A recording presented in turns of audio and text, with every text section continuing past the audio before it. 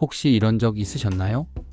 아침에 머리를 감으려 머리를 숙이고 일어서는데 허리가 찌릿한 느낌. 기침을 하다가 허리가 찌릿한 적. 출근길 지하철에서 잠깐 앉았다 일어나는데 허리가 찌릿했던 기억. 가벼운 허리 통증이라 대수롭지 않게 넘겼는데 어느 날 아이 하나 올리다가 그대로 주저앉아 버린 적. 혹은 매일 파스를 붙이고 허리 보호대를 차고도 일상이 지옥처럼 느껴졌던 그런 날들. 저 역시 그랬습니다. 8년을 허리디스크와 싸우며 병원비와 시술비, 물리치료비 등 총 900만 원 이상의 돈을 쓰면서 수술 없이 허리디스크를 극복해온 내용을 전달해 드리고자 합니다. 진통제와 파스에 의지했고 병원은 물론 시술까지 받았지만 통증은 쉽게 떠나지 않았습니다. 수술을 권유받았지만 무서웠고 시술은 일시적이었습니다. 그 끝에 저는 직접 공부했고 6개월간 몸으로 실험했고 기적처럼 고통 없는 일상으로 돌아올 수 있었습니다. 오늘 영상은 수술을 고민하는 당신, 시술 후에도 괴로운 당신에게 진짜 회복을 위한 길을 보여드리겠습니다. 저는 대기업 연구소 팀장으로 일하면서 하루 10시간 이상 컴퓨터 앞에 앉아 있었습니다. 어느 날 출근길 엘리베이터에서 몸을 비틀다 허리가 찌릿했지만 그냥 피곤해서 그러겠지 하고 넘겼습니다. 문제는 그날 밤 양치하려고 고개를 숙이다가 허리에 전기가 찌르듯 들어왔다는 겁니다. 그때부터였어요. 의자에 오래 앉아 있을 수 없었고 운전 중 정체 구간에서는 발을 움직이는 것조차 고역이었습니다. 잠들기 전 누운 자세에서 다리가 당기기 시작했고 심지어 양말을 신을 때조차 통증에 이가 갈릴 만큼 힘들었습니다.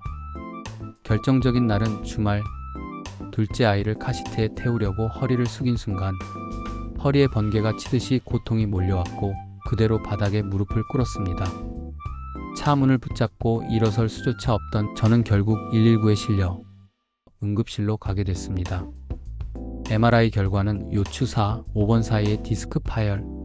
의사는 단호하게 말했죠. 수술이 필요합니다.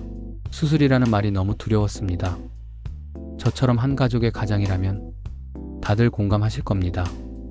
수술하면 직장 복귀는 언제 하지? 혹시 수술이 잘못돼서 평생을 절뚝거리게 되면? 그래서 비교적 간단하다는 신경차 단술, 즉 스테로이드 주입 시술을 선택했습니다.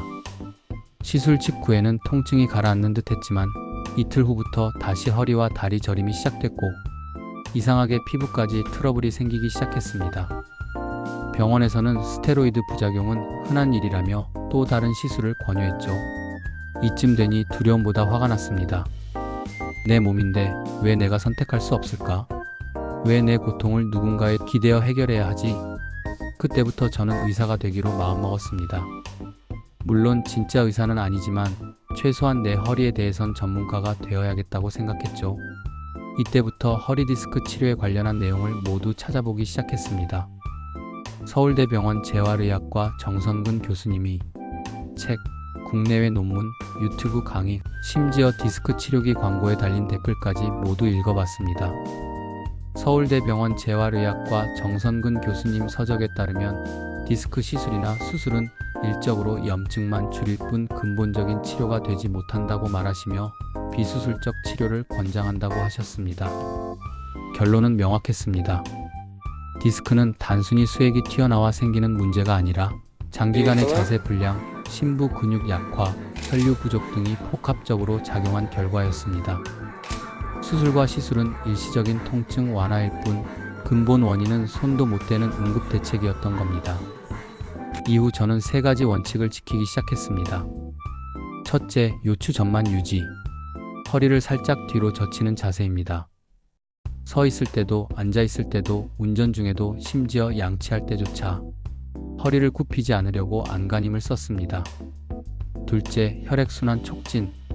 디스크 부위는 혈관이 없어 스스로 회복이 안 됩니다. 그래서 걷기 운동과 스트레칭을 늘리고 복부와 골반 주변의 순환을 돕는 누워서 엉덩이 들기, 다리를 벌리는 개구리 자세 등의 운동 습관을 들였습니다. 셋째, 근육 강화. 초기엔 단 3분의 맨몸 운동도 통증이 심해 힘들었지만 벽에 등을 기대고 앉는 자세부터 시작해 하루에 5초씩 늘려갔습니다. 회복이 시작된 건 그렇게 2주, 3주쯤 지나고 나서부터였습니다. 그렇게 운동을 꾸준히 하던 중 어느 뉴스에 글을 확인하고 허리보호대와 저주파 요법이 좋다고 하여 허리보호대를 먼저 구입했으나 일상생활 속에서 지금같이 더운 여름엔 매번 사용이 불편했고 가장 극적인 변화를 만든 건 저주파 치료기였습니다. 저주파는 병원의 물리치료실에서 사용하듯 안전성과 효과가 입증된 대표적인 물리치료 방법 중 하나입니다. 이미 수많은 연구 논문에서 검증되었듯이 저주파 전기자극 치료는 통증 관리에 오래 쓰여왔고 통증 관리에 있어 전기 치료는 역사적, 학술적으로 그 효과가 입증되었다는 내용이 많이 있습니다. 전기 자극은 혈액순환을 촉진시켜 연부 조직 재형성, 부종 감소, 혈종 흡수 등 상처 회복 과정에 있어서 3배 이상의 효과를 낼 수 있다는 연구 자료들이 많았습니다.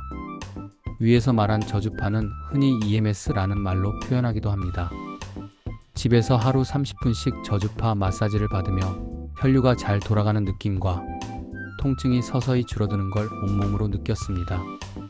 저주파는 단순히 통증을 누르는 것이 아니라 전기 신호로 뇌에 가는 통증 신호를 차단하고 근육을 수축과 이완시켜 자동으로 강화시킵니다. 초기엔 낯설었지만 2주 정도 사용 후부터 아침에 일어날 때 허리가 뻣뻣하지 않다는 느낌이 들었고 한 달 뒤엔 아이와 손잡고 산책도 가능해졌습니다. 주의할 점도 많습니다.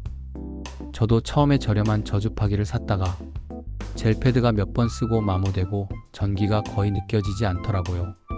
허리 전용 제품, 해부학적으로 설계된 보호대형 제품, 그리고 적절한 주파수와 전류 세팅이 된 인증 제품만 써야 진짜 효과를 볼 수 있습니다. 여기서 제일 중요한 건 다용도 저주파기가 아니고 허리에 특화된 저주파기는 따로 있다는 겁니다. 이건 인터넷에 조금만 검색해 보시면 나와 있습니다. 그리고 제일 중요한 건 꾸준함입니다.